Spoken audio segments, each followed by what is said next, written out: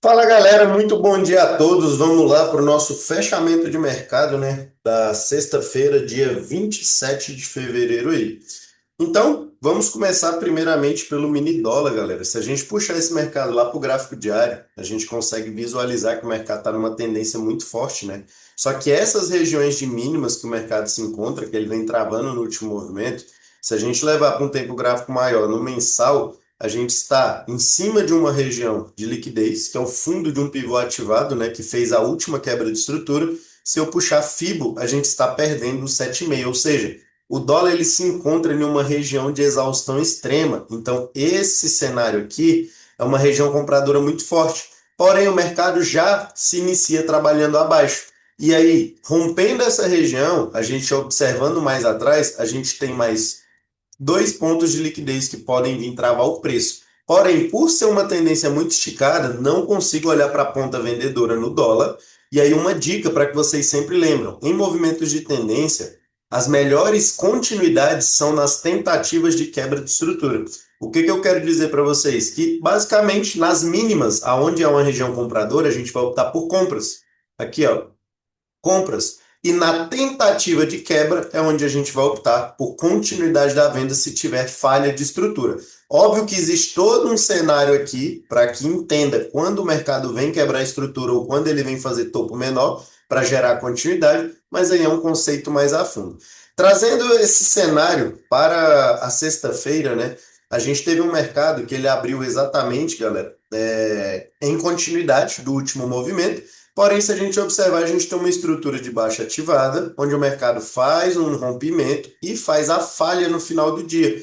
Na quinta, a gente tem um rompimento, tentativa de regressão entre quarta, quinta, trava uma continuidade, falha novamente. Então, se a gente observar a característica do final do pregão, eu tenho uma ignição muito ampla para uma continuidade de venda, porém que não produz continuidade. A gente tem fraqueza no movimento. Então, até que o mercado prove o contrário, não existe vendedores na parada. Você vê, diferente desse movimento, ó, uma ignição forte, continuidade. Ignição forte, fraqueza. Ou seja, a possibilidade do mercado reverter o movimento para buscar uma liquidez é 90% de chance. Lembra, mercado é estatística. Então, nesse caso aqui, ó, o mercado ativou a ignição, produziu continuidade. O que possivelmente ele vai fazer? Uma correção para gerar fundo mais baixo, ou seja, gerando continuidade na tendência. Tá com dúvida? Puxa o gráfico para trás e vai fazer backtest que você vai observar que esse cenário ele te ajuda e auxilia sobre a perspectiva do preço. E aí trazendo para a ótica, a gente poderia, para a ótica do preço ali na quinta-feira, né, a gente poderia puxar uma retração de FIBO do último movimento. Então a gente tinha um cenário de uma região de 6176, exatamente em uma troca de polaridade de uma micro quebra. Alex, mas eu não estou enxergando uma quebra de estrutura dentro desse movimento menor. Galera, mercado trabalha fractais. Aqui eu estou pelos 60 minutos. Se a gente jogar o mercado aqui pelo 15, ó, se vocês forem observar, aqui eu tenho o quê?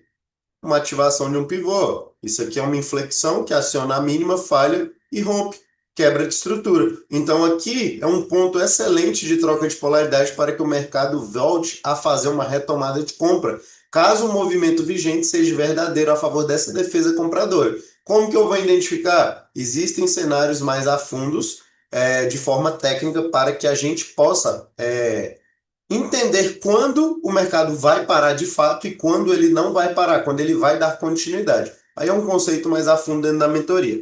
Mas aí trazendo para a ótica daquilo que a gente fez dentro de sala educacional, única oportunidade no dia foi dentro de região compra no ferimento dessa mínima. Eu fiquei de fora porque o mercado não deixou gatilho, ele só bateu e virou. Mas teve a galera da sala que especulou e conseguiu pegar essa movimentação aí.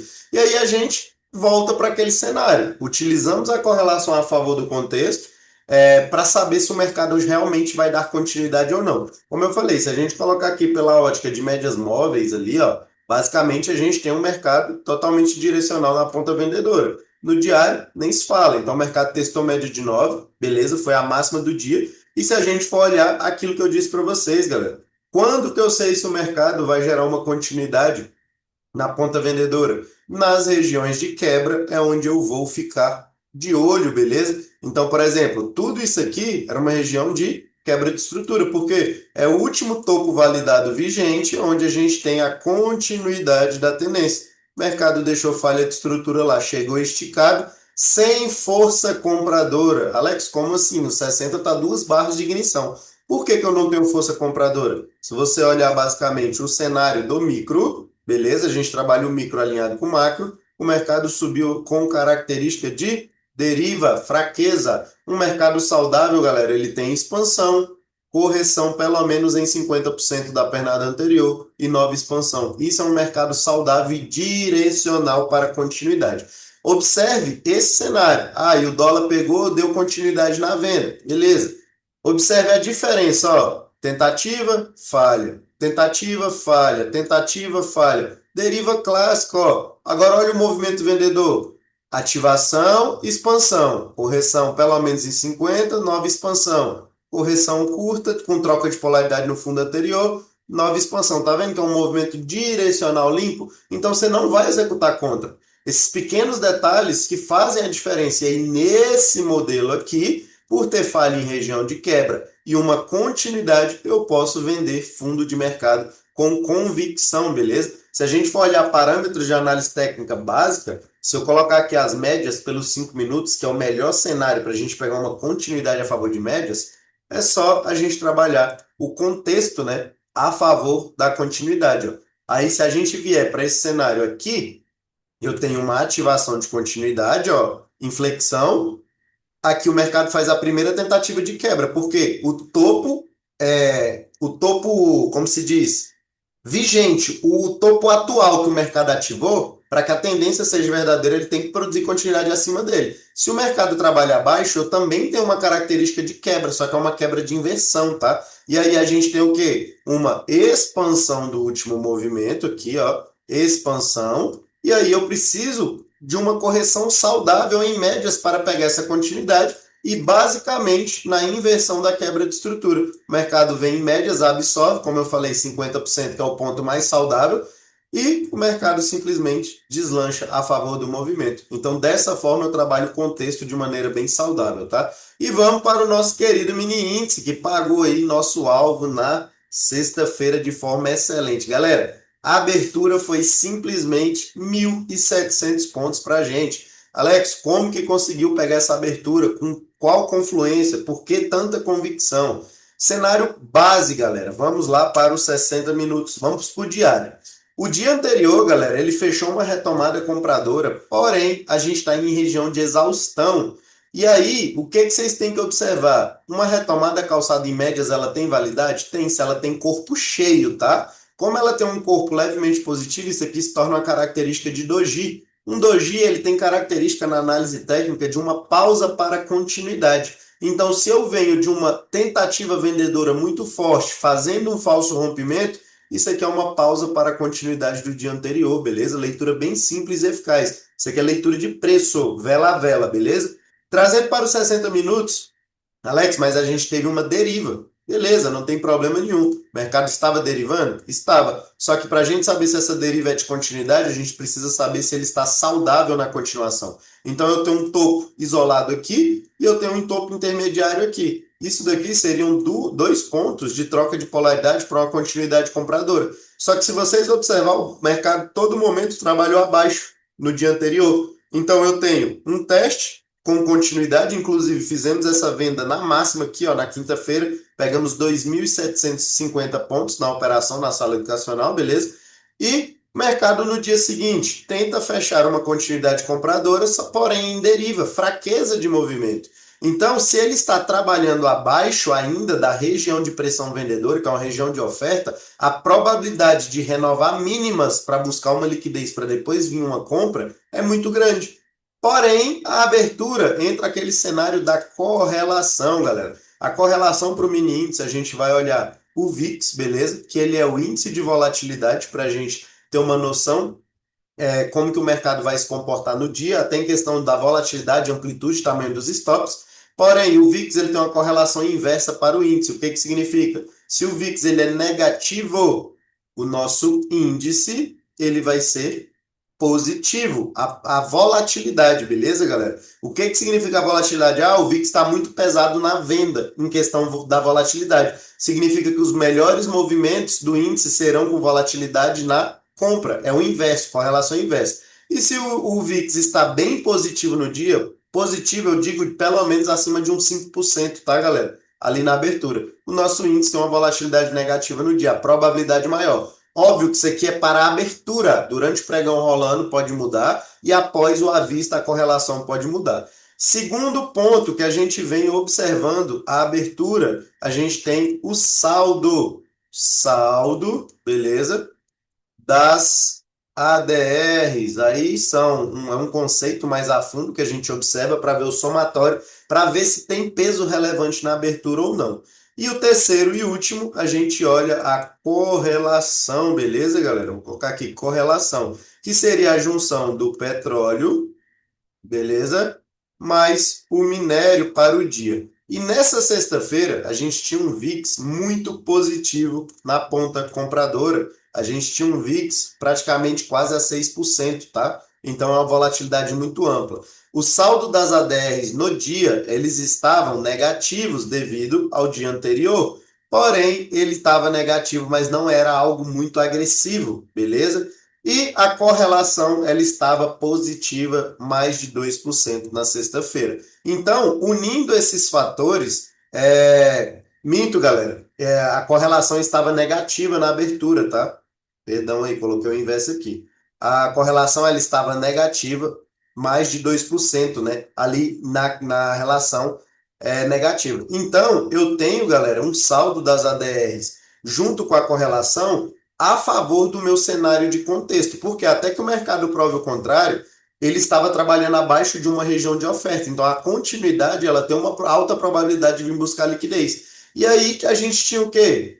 IPCA na abertura. Leitura básica do IPCA, galera. Aqui, ó, IPCA. Toda vez que a gente tem a relação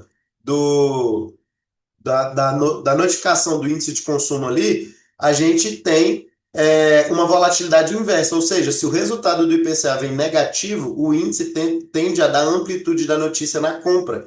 Se ela vem positiva, o índice tende a dar amplitude na venda. E aí, observando esse cenário, a gente teve um IPCA positivo na abertura, ou seja, eu tinha minha correlação, o meu saldo alinhado para a venda, com o VIX positivo, então isso aqui precifica venda para a gente no índice, e eu tive IPCA positivo na abertura, mais uma correlação a favor da venda. E aí, trazendo esse cenário para o gráfico, tudo depende de onde o mercado vai abrir. Por exemplo, se ele já abre na venda, lá nas mínimas, eu não vou pensar em vender. Por quê? A abertura, o fechamento estava aqui. Se ele abre aqui, significa que ele já abre precificado.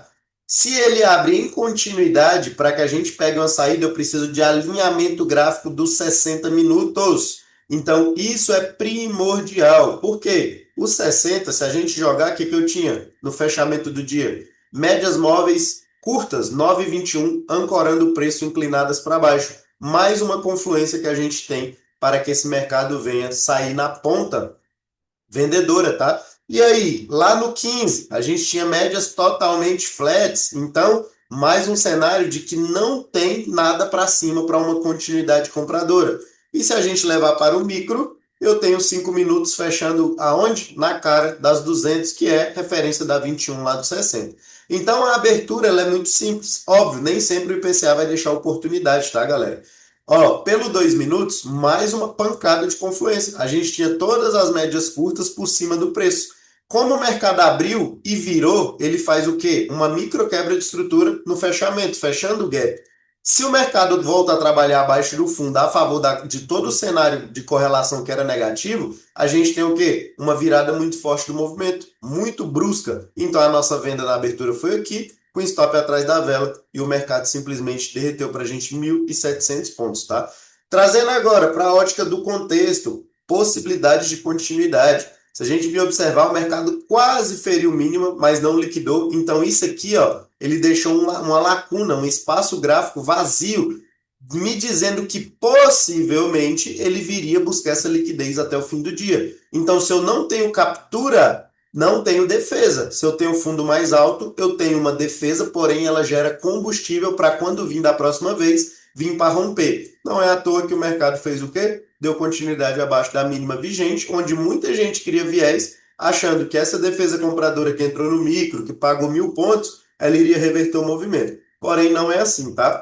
Leitura de preço é algo bem básico, porém você tem que enxergar os melhores pontos. E aí, trazendo para a ótica do movimento ali, a gente não optou por compras, deixei bem claro para a galera que a gente iria visualizar o movimento para que a gente pegasse a melhor oportunidade de continuidade. Então, básico do mercado, se eu tenho um movimento direcional, eu tenho uma expansão mínima daqui. Porém, se vocês observarem, o mercado rompeu a expansão como um todo, né? Então, ele chegou acima de um 7,6 num ponto de exaustão e deixou falha. Como eu tenho um mercado muito direcional, se eu for olhar aqui pelo 2 minutos, ó, aí eu filtro as minhas entradas dentro de região pelo 1, para pegar gatilhos menores. Então, existem regras no operacional, beleza? Aqui ele deu uma primeira entrada para a gente, que a gente tomou um stopzinho na sala, e aí a gente pegou novamente quando ele deixou a exaustão clássica. Então, a entrada aqui, stop de 180 pontos, o mercado pagou uma parcial aí muito rápida para a gente, ó, já de 700 pontos, e o alvo final era exatamente na região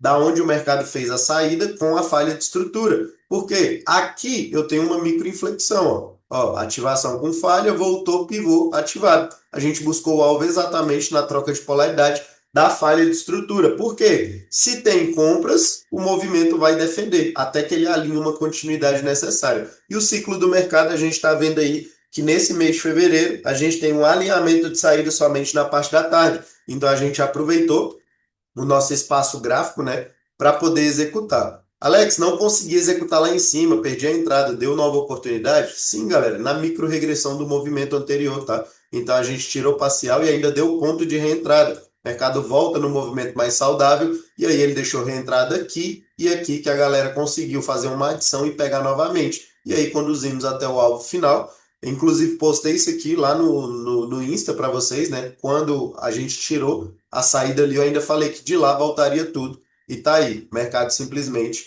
respeitando os pontos. Alex, como que você sabe dessa leitura? Existe um ponto técnico que se eu participar da sala eu consigo saber, mesmo se você não tiver ou operar na parte da tarde? Sim, galera. Quem está na sala educacional comigo recebe aqui, ó, as regiões, beleza? Todo santo dia, ó. Então, se eu colocar aqui para vocês, ó, a região do dólar, beleza? E vou colocar as regiões do mini índice. Todo santo dia você vai receber os melhores pontos operáveis. Agora, leitura de contexto é algo totalmente diferente, tá? Você tem que ter uma visão aguçada para entender o movimento e saber o que significa a região em cinza e a região em azul. E aí, isso aqui é algo mais a fundo que eu ensino exatamente dentro da mentoria, tá? Mas, para vocês verem, galera, o mercado simplesmente respeitou os pontos que eu marquei um dia antes, tá? Tanto com ponto de entrada, ponto de saída, ponto de troca de polaridade, e no dólar não foi diferente, tá? Se vocês observarem, ó, ponto de compra que eu falei para vocês, ó, ponto de venda da quebra, ponto de continuidade lá embaixo, para uma retomada compradora novamente. Então, dessa forma, a gente trabalha todo dia de maneira simples e objetiva, sabendo onde qualificar as melhores entradas, sendo de compra ou de venda, não criando viés, para não insistir em um movimento que muitas vezes, quantas e quantas vezes, a maioria de nós, por exemplo, o mercado está subindo e você insiste na venda do mercado de stop, insiste na venda do mercado de stop. Então, saber disso, aonde o mercado pode falhar, é o melhor cenário, porque regiões institucionais são regiões de negociação, tá, galera? E dessa forma você não se perde dentro do mercado.